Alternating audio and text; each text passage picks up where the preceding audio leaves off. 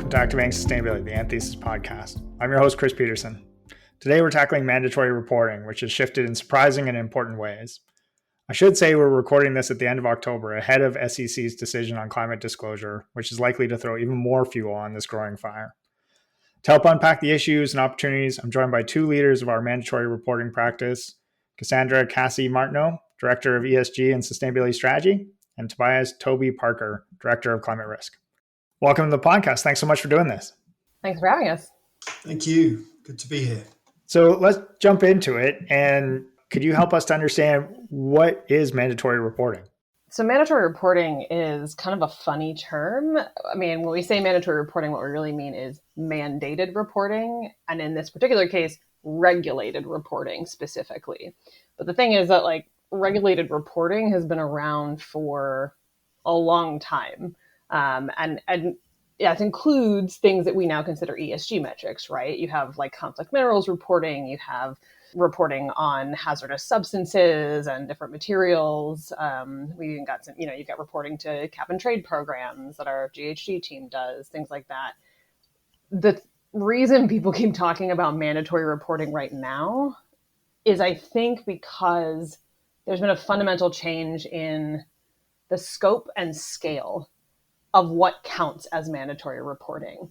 In the US, if you're looking at things like the SEC's proposed climate disclosure rule or the two bills that California just signed into law, the scale of who falls under that mandatory reporting regulation is much larger than anything we've really seen before, right? The SEC will apply to all publicly listed companies in the US with some variations for timeline, depending on size of company. California is companies over a certain size, public or private, that do business in California. And then when you look at the EU and you look at things like the CSRD, the Corporate Sustainability Reporting Directive, the scope of what is included is so much larger than what we've seen in the past, right? Yes, it's based on materiality, and in this case, double materiality. So not everyone's going to report on everything. But for the first time, there is an actual regulated requirement to determine if things like biodiversity and nature loss are relevant to your company, pollution, impacts on water and marine resources, things like that. And then actually report those out transparently to all of your different stakeholders. And I think that is, so when people say mandatory reporting right now, they're thinking of things like the CSRD and the SEC, whereas this, for me, I see this as a significant expansion in what mandatory reporting on ESG metrics has meant for some time. And what are the general objectives of these kind of emerging regulations and where that's shifting? Yeah, well, I'll have a go at that. It's a really interesting question because there's the kind of what is mandatory reporting and then what is it for? And I suppose what it's trying to do is to drive some accountability, right?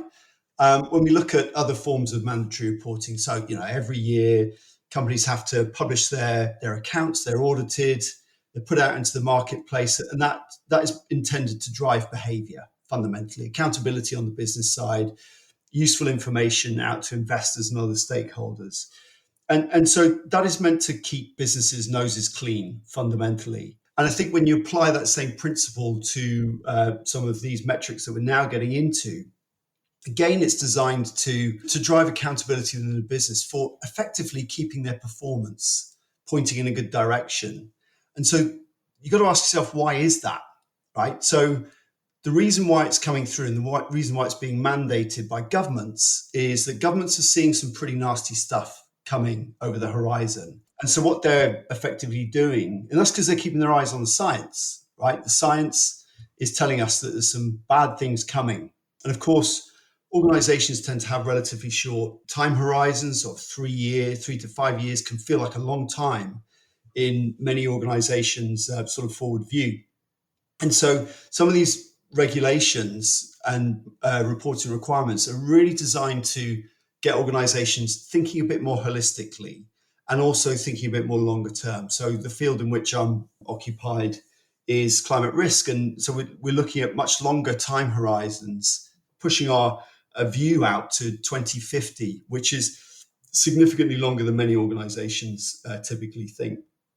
But it's really important because when we're seeing what the science is telling us, that's not a great place that we're heading into. And so from a business perspective, from an investor perspective, from other stakeholders' perspectives, we've got to really understand how organizations are thinking and shaping themselves up to be not just surviving, but really thriving in those future events. So that's the kind of what it's for. But Cassie, any thoughts on that? I think that's true. And I think it's accountability plus comparability, for lack of a better word, right? Like the SEC chair, Gary Gensler, has mentioned specifically that we have a lot of voluntary reporting on this stuff already, right? You have a lot of companies that are already either leading or somewhere on the spectrum of voluntary reporting on a lot of these metrics. But because there's no enforced structure around it and there's no regulation, you have to rely on basically a willingness to conform specifically to the existing voluntary frameworks and standards. And like, even GRI, if you pick 10 reports, you'll probably get 15 different versions of the application of the GRI framework in the back, right? So I think that part of this is about enforcing a mechanism that allows investors, customers, and other stakeholders to actually take two reports by two companies in the same industry and understand relative to each other who is actually doing what's necessary and who has maybe been saying they're doing what's necessary but really isn't, because they've been fudging the numbers or using different units or that kind of like little Wild West version of voluntary reporting. Yeah. And I guess that's why we're seeing, well, that's an angle that there's been a lot of pushback on, because creating sort of rigorous standards, and the more you peel the onion on what's being required to report on, the more you realize the levels of complexity that actually confront us. And so creating something which allows that comparability is difficult.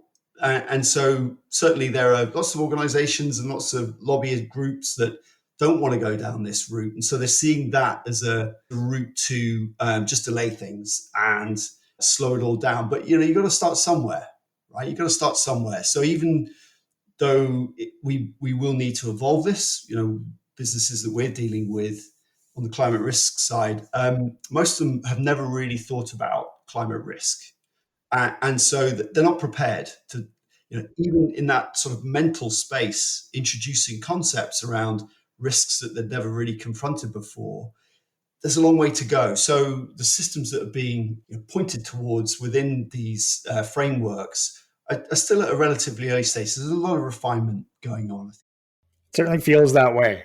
Just hearing from you both in terms of like what you're tracking and what's coming and the news, et cetera, it seems to be just this like evolving space, but it does seem to be tracking towards kind of a more consistent outcome than we've seen in the past, right? Where there were kind of these like shots across the bow in the past, but this seems to be gaining some traction. I'd be curious to hear, as you both are looking globally, how do you see this kind of playing out in different areas, or how is that kind of manifesting?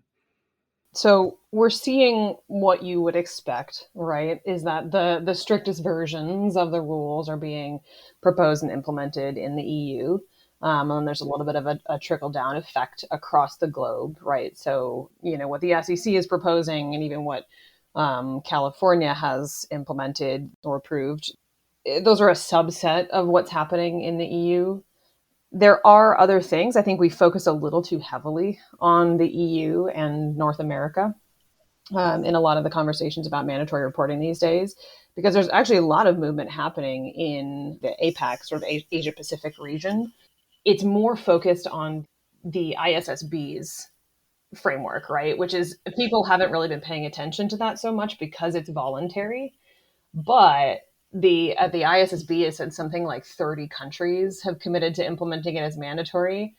And I think what a lot of people are going to get caught off guard by is that they do have subsidiaries in places like Singapore, Malaysia, Australia, New Zealand, and like that's where they're already making strides to implement the IFRS S1 and S2 standards in the financial reporting for companies throughout the APAC region. There's been a lot of commitment to aligning with this single standard, which is for climate-related risks and sustainability-related risks. And I think that is, to me, that is one of the most interesting things, right? It's become somewhat normal for like the EU to propose big policy change, and then eventually the US kind of comes around and thinks about some policy change in that space. But there's sort of this like quiet sea change happening in the APAC region that I am particularly interested in, and we're watching that closely over time. Yeah, I'd agree with that. It's by the way, it is an absolute alphabet spaghetti thing. Maybe we can do a sort of library of all these 4-letter, 3-letter acronyms. But certainly ISSB, it's interesting that ISSB is bringing TCFD's framework underneath it. So there's some kind of convergence, alignment, and consolidation happening there. And even though the two were kind of related, it's good to see that's being consolidated. I guess what we want to avoid is, and maybe this ages me somewhat, but the sort of Betamax VHS kind of situation where you've got different standards developing in different regions, and what we need is a sort of golden thread, as it were, that weaves through it. From our client's perspective, you're collecting a set of data that you can use through multiple channels and in multiple reporting frameworks. And I guess we've seen CDP, over the last few years, really try and, maybe out of sort of an existential need, try and align itself more to some of these emerging standards. So, yeah, I mean, we're looking more and more at ISSB. More and more clients are becoming familiar with it. We can help them by educating them as to what is the similarities and what are the differences between some of these other frameworks, such as TCFD. But the reality is, we're staying on top of it. We're having to, swim hard to stay on top of it. There are many technocrats out there thinking about these things, coming up with standards, and so it's up to us to swim hard, do the hard yards, and stay on top of what's going on there. Well, and maybe picking up on that, as a terrible speller, the acronyms scare the bejesus out of me, and would love to hear from you both in terms of like, what are the ones that you feel are really kind of critical to track, that you're keeping a close eye on? ISSB, what is that? Kind of what do we need to pay attention to, et cetera, would be really helpful. What are your two or three favorite acronyms? The CSRD, I would say, is the big one, right? The Corporate Sustainability Reporting Directive, that's the EU one. The trouble is that ESRS is also part of that. So the CSRD is the overarching directive, but then the European Sustainability Reporting Standards, ESRS, are the two general standards and 10 topic specific but sector agnostic standards that underpin the CSRD. CSRD has some additional requirements, but that's where you're tracking materiality against is the ESRS under it. I would say that one is probably my top. People have started using just SEC as a reference to the proposed climate disclosure rule in the US. That to me gets a little bit confusing because ISSB, the International Sustainability Standards Board, which has developed what is even IFRS, International Financial Reporting Standards, I think. And then S1 and S2 are the two existing ones in there. The problem is those standards are getting implemented by the SECs of many other countries, right? Like everybody has a Securities and Exchange Commission. So that one gets a little bit fuzzy for me.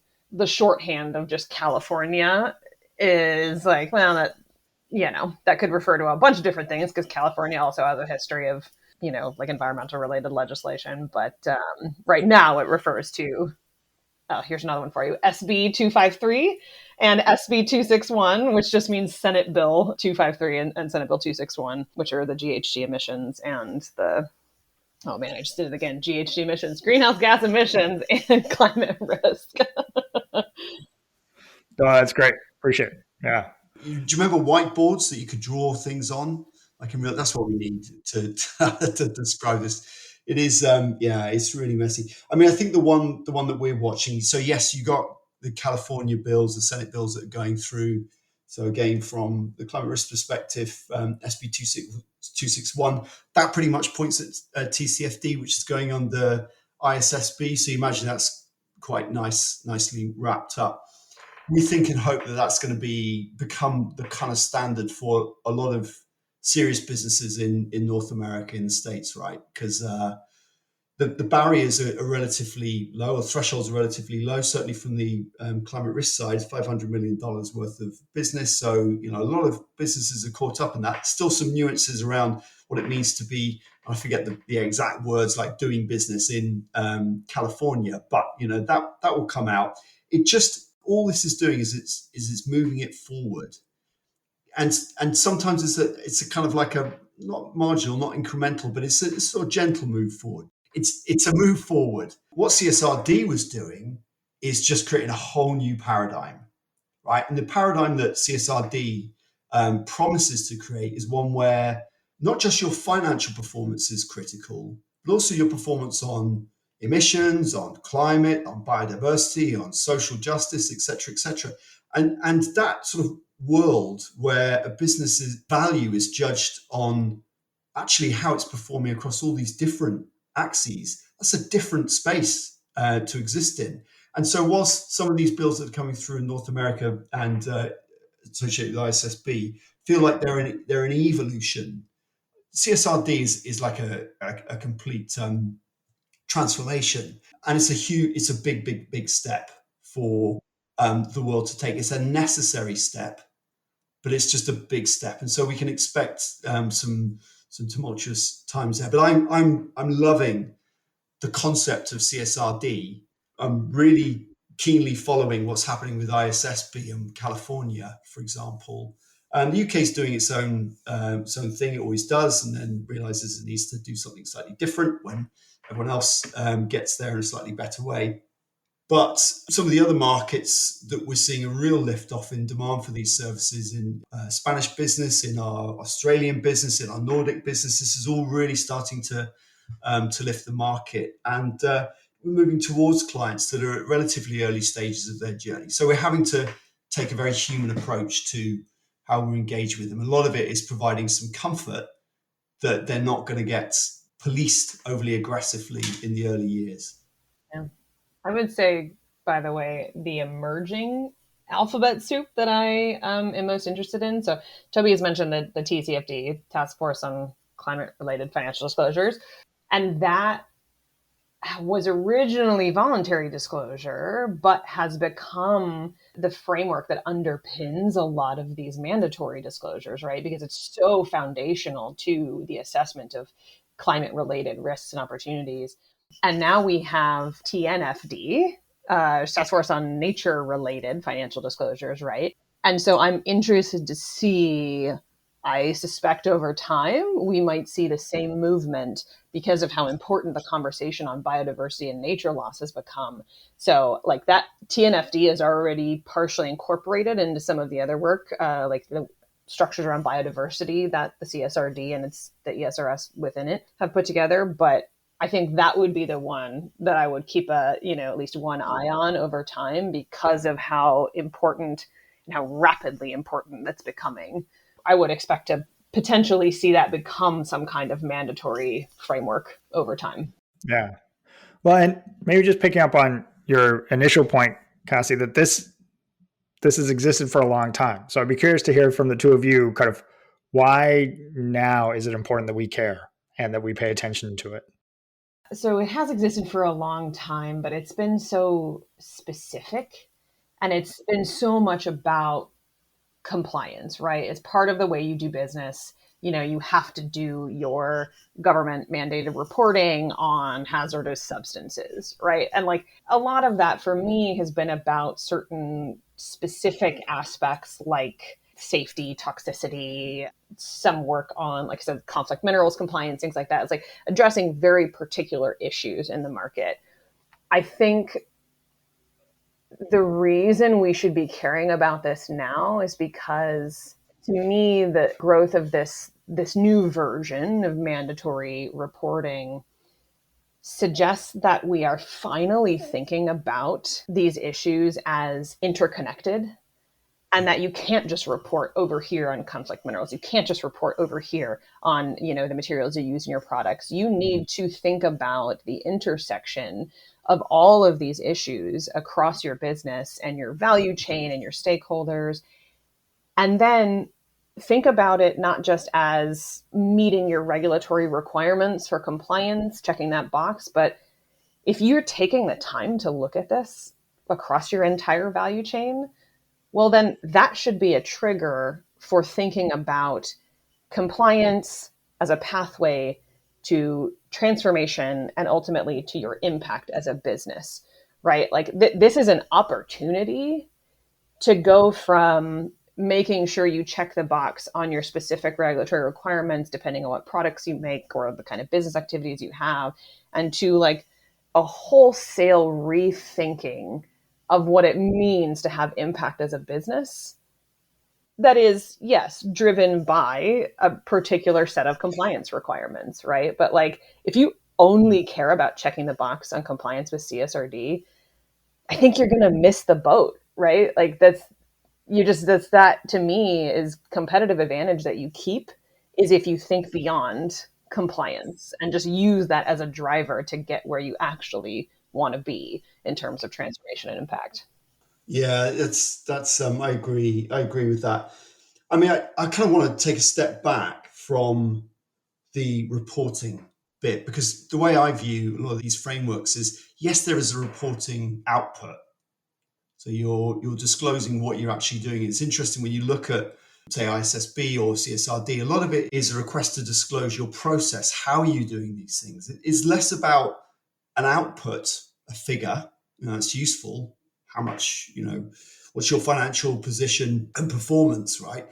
Most of it is about how you're thinking about these things, how you're processing the information, that much of which you don't have. So you've got to go and source new information and feed it in. So that's interesting that it's what it's really trying to do is to shape thinking and behavior within an organization. And so to take a step back from that, why should we care? Here's some back of the beer map calculations, right? So when we think about mandatory reporting, we put that in the bucket of transition risk. In risk terms, we say that's a transition risk. That's a kind of risk associated with us moving towards a net zero economy. Right. So these are all the things we've got to do, all the rules we've got to put in place, et cetera, things we've got to change. And McKinsey have done some calculations, and they've estimated that come 2050, it's going to cost us collectively about $9 trillion per year to get to that net zero place. And what that would mean is that actually we're avoiding the excess costs and damages associated with climate change, right? Net zero economy, minimized costs, still a lot of damage there. If we don't do that, there has been other analysis. For example, Swiss Re did a report back in 2021 that calculated that about a 3-degree global heating pathway, which is kind of what we're on in reality, then that could cost the global economy 18%. 18% of our GDP could be taken off through global heating. And other economists have modeled out what the economy could look like, and that's about $200 trillion come to 2050. Other things held equal, obviously. What that means is a $32 trillion hit to the economy come 2050. When you weigh up the $9 trillion that we'd have to put in to avoid a $32 trillion hit, it seems to make sense. And so, when you look at that and you think, well, why should we care? Well, that's our future. That's the future for investors, citizens, businesses, et cetera, et cetera. So that's why it's important, because it's shifting thinking into those sorts of spaces. And we don't do enough. We don't do enough thinking about that. We're sort of going through our day-to-day, quarter by quarter, month by month. We're not really thinking about what is coming over the horizon. So that's kind of the ultimate reason why we should care. Yeah, and it's fascinating to see how much it has changed. And as you both have kind of alluded, the value of having some of that being kind of transparent and comparable in the market to support that kind of decision making. So as individuals sitting within organizations, what would you recommend people do today or tomorrow as they approach this? I mean, the first is to your point about the alphabet soup, is education would be my thing. This stuff is not easy to understand, right? Educate yourself if you're up for that, or get help, right? I feel like half of what we do with clients is just sit down and talk through the different standards, the different requirements, what it means for their business, how do they interact. The second thing I would see folks in sustainability roles having a little trouble with budgets lately.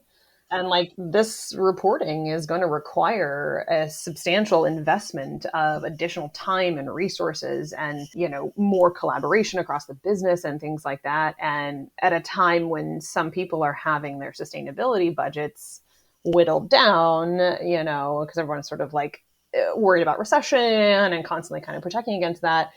I say, from a purely mercenary standpoint, like, use this as part of the argument for continuing to hold sustainability budget and continuing to show the importance of that. The last thing I would probably say is go into it with clear eyes, because even companies that are very mature in their current voluntary reporting, right? We have clients who've been doing it for a number of years. Even those clients are figuring out that their data are not as good as they think they are, that they don't actually know where all of it comes from, that they've been relying a little too heavily on estimations in the past where they didn't necessarily need to. But I think that, like, we've weirdly fallen into complacency in terms of sustainability, when like it feels like, well, okay, we've got our net zero targets, we've got our near term science-based targets, and then we're just chugging along. And so a lot of people don't go back and continuously reevaluate where they are.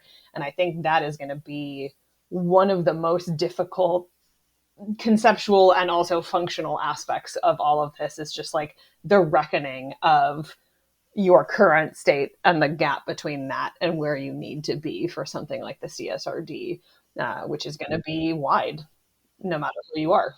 Yeah, that's interesting. I mean, I think what we're noticing is that organizations that get it are starting to tap into other budgets because it's becoming relevant for other business functions. So operations, risk management, finance, right? This is all starting to impact across different business functions. And the way it seems to work well is you've got to ground it in the business, right? This is not about reporting. This is about how the business is performing, how it's behaving. And so, to give an example, we often start our engagements with organizations helping to uncover how extreme weather events are impacting them on their bottom line or on cost items, right? So how has your supply chain been disrupted? How many logistics centers did you need to shut down because of wildfire? How are your consumer preferences changing? These sorts of things help to ground it within an organization. So it's not seen as some sustainability thing that sits over here and isn't core to the business. It's really tried to make it real for different bits of the organization, because that's fundamentally all those. It's not the sustainability function isn't going to change an organization. It's got to come from within different business functions. It can be led and influenced strategically by sustainability, but actually we've got to get into the heart of organizations really to change. And I'd agree with Cassie. There's a huge amount of education, awareness raising that needs to be done, but it's almost like making that emotional connection with leadership, with key individuals, is really what's needed. And you see that time and time again with organizations that are really out there leading. Doesn't matter what it is, but leading. It's almost coming from the heart without sounding too kind of fluffy about these things. It's people who get it logically and emotionally, rationally and emotionally. And that's kind of what is starting to happen with some organizations. Yeah, that's great. And I know we've covered a lot. We'd be curious to hear if there's a single action or a key insight that you'd like to kind of leave with all the listeners. Yeah, I mean, again, it comes back to that point, is if we think that we're going to avoid an 18% hit to the economy, and trust me, there are other well-researched models and analysis that have been done that can push it up to 60% in the hothouse world. So 60% hit to the economy come the end of this century. Right, what's your share price going to look like when there's 40% of the economy left? It's like, forget about it. So if we think the reporting is going to create the actions that are needed, then we need to think again. But what it does do is use this framework as a framework to transform your organization. That's how it needs to be. Yeah, I wholeheartedly agree with that. I think that is my big takeaway from all of this is, yes, compliance can be an end in itself. And it often is, especially if you're, an early stage company, where like the only bandwidth you have is the compliance piece. You have to meet your obligations, but that misses a really big opportunity here. Understanding your data and where it comes from, understanding where you're investing your energy and your resources are actually the material aspects of ESG issues to your business, learning how you can deepen your relationship with your value chain, with your customers, your investors, your employees, your other stakeholders through better transparency, more targeted impact. That to me is what compliance should really be about. Compliance is a step on the path toward that wholesale transformation and ultimately more positive impact. Great. Well, on that positive note, thank you both so much. I know it'll be a fascinating space for us to watch kind of as it evolves. But thank you so much for giving us a sense for where it is today. Yeah, thank you. Thank you.